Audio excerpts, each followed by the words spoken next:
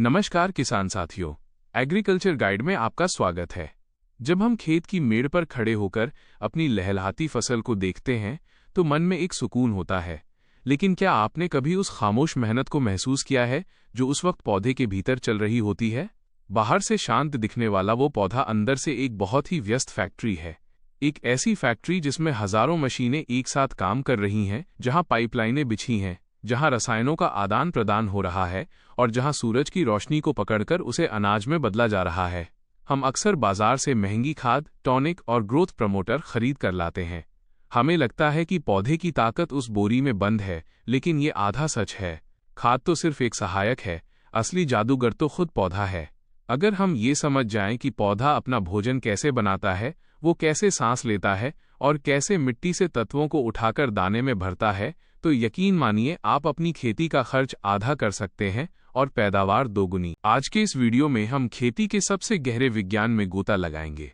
हम बात करेंगे उस प्रक्रिया की जिसे दुनिया प्रकाश संश्लेषण फोटोसिंथेसिस कहती है। ये केवल एक किताबी शब्द नहीं है, ये वो प्रक्रिया है जिस पर पूरी दुनिया का पेट भरता है। आइए इस अद्भुत सफर की शुरुआत करते हैं।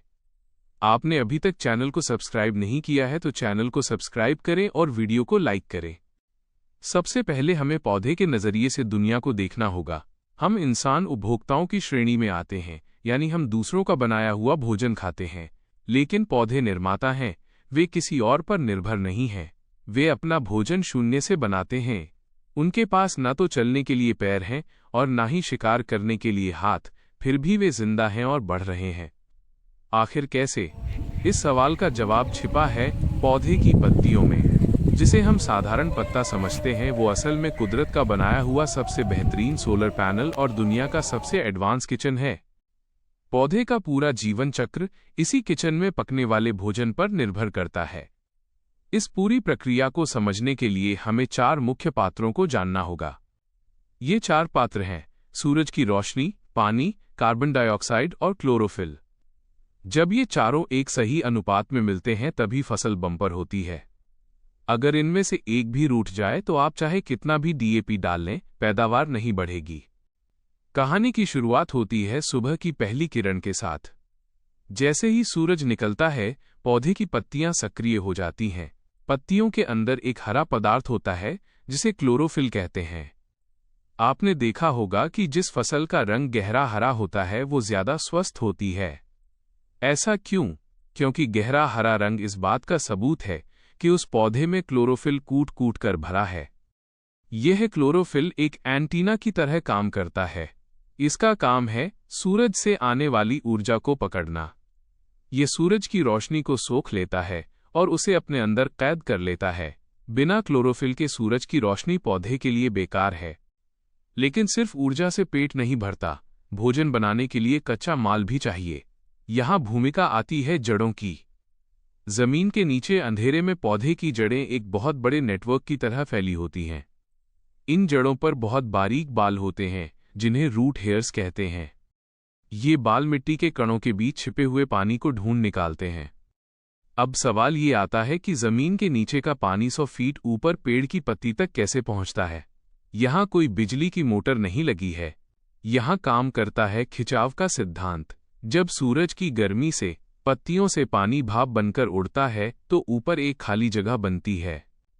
इस खाली जगह को भरने के लिए नीचे से पानी ऊपर खिंचता है। इसे आप ऐसे समझ सकते हैं जैसे हम स्ट्रॉ से कोल्ड ड्रिंक पीते हैं।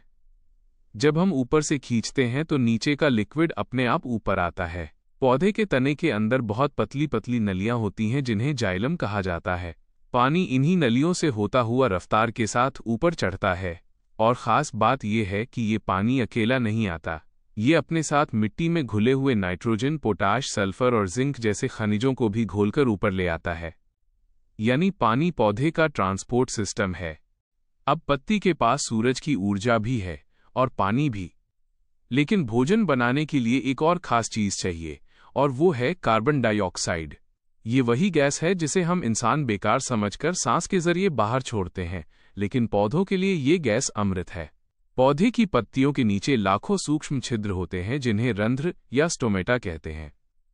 ये पौधे की नाक हैं। दिन के समय जब धूप होती है तो ये खुल जाते हैं और हवा से कार्बन डाइऑक्साइड को अंदर खींच लेते हैं। अब किचन में सारा सामान आ चुका है, पानी, कार्बन डाइऑक्साइड और सूरज की ऊर्जा। अब क्लोरोफिल अपना कमाल दिखाता है। सूरज की ऊर्जा का इस्तेमाल करके क्लोरोफिल पानी के अणुओं को तोड़ देता है। ये एक बहुत बड़ा रासायनिक विस्फोट है जो पत्ती के अंदर होता है, लेकिन हमें सुनाई नहीं देता। पानी के टूटने से ऑक्सीजन गैस निकलती है जिसे पौधा तुरंत स्टोमेटा के जरिए बाहर फेंक देता है। यही वो ऑक्सीजन है जिससे हम जिंदा हैं, और जो हाइड्रोजन बचती है उसे कार्बन डाइऑक्साइड के साथ मिलाकर एक नया पदार्थ बनाया जाता है जिसे ग्लूकोज कहते हैं। सरल भाषा में कहें तो ग्लूकोज पौधों की चीनी है। यही वो असली कमाई है जो पौधे ने दिन भर मेहनत करके बनाई है।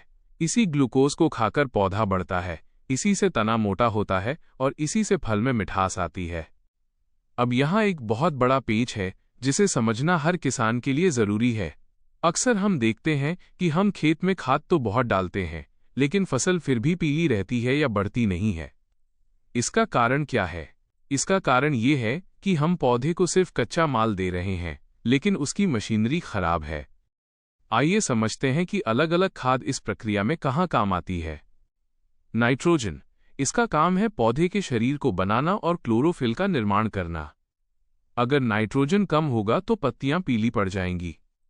इसका मतलब है कि सोलर पैनल खराब हो गए हैं और सूरज की ऊर्जा बेकार चली जाएगी। फॉस्फोरस, पत्तियों में जो भोजन बन जाता है उसे ऊर्जा में बदलने के लिए फॉस्फोरस की जरूरत पड़ती है। फॉस्फोरस पौधे की बैटरी है। इसके बिना पौधा भोजन पचा नहीं पाएगा। पोटाश, इसे पौधे का ट्रैफिक पुलिस या मैनेजर कहा जाता है। पत्तियों के छेदों को कब खोलना है और कब बंद करना है ये पोटाश तय करता है। इसके अलावा बने हुए भोजन ग्लूकोज को पत्तियों से फलों तक ले जाने का काम भी पोटाश ही करता है। मैग्नीशियम, क्लोरोफिल के अणु के बिल्कुल बीच में मैग्नीशियम होता है। पौधे के गहरे हरे रंग के लिए ये सबसे जरूरी है। इसे प्रकाश संश्लेषण का पावर हाउस कहा जाता है। जिंक और लोहा, जिंक पत्तियों को चौड़ा करने, किचन बड़ा करने में, और लोहा क्लोरोफिल बनाने में मजदूर की तरह काम करता है। क्या पौधे रात में भी खाना बनाते हैं? जवाब है नहीं। भोजन बनाने के लिए सूरज की रोशनी जरूरी है। रात में पौधा वही करता है जो हम करते हैं, आराम और भोजन का सेवन। दिन भर जो ग्लूकोज बनाया है, रात में वो उसे उपयोग करके अपनी वृद्धि करता है और फलों को बड़ा करता है। इसे श्वसन, रेस्पिरेशन कहते हैं। अगर रात का तापमान बहुत ज्यादा हो तो पौधा तेजी से अपना भोजन जलाने लगता है और दाने भरने के लिए कुछ बचता ही नहीं। इसीलिए ठंड में गेहूं की पैदावार अच्छी होती है। खेती में पानी का महत्व भी इसी से जुड़ा है। अगर पानी की कमी हो तो पौधा अपनी जान बचाने के लिए अपने रंध्र स्टोमेटा बंद कर लेता है। जैसे ही छेद बंद होते हैं, गैस CO2 का अंदर आना बंद हो जाता है और भोजन बनना रुक जाता है। यानी सूखे में पौधा भूखा भी मरता है। इसी तरह बादल छाने पर सूरज की रोशनी नहीं मिलती, जिससे खाना पकना बंद हो जाता है। अगर ऐसा लंबे समय तक चले तो पौधा अपने फूल और फल गिरा देता है। निचोड़ ये है कि एक किसान के तौर पर हमारा काम सिर्फ खेत में बोरी पलटना नहीं है, बल्कि उस माहौल को बनाए रखना है जिसमें प्रकाश संश्लेषण की प्रक्रिया सबसे तेज हो सके। पत्तियों का रंग हरा रखें, नाइट्रोजन, मैग्नीशियम, नमी बनाए रखें और पोटाश का सही समय पर प्रयोग करें। यह विज्ञान अब आपकी मुट्ठी में है। एग्रीकल्चर गाइड की टीम मेहनत कर रही है ताकि सही जानकारी आप तक पहुंचे। आपसे निवेदन है कि वीडियो को लाइक और सब्सक्राइब जरूर करें।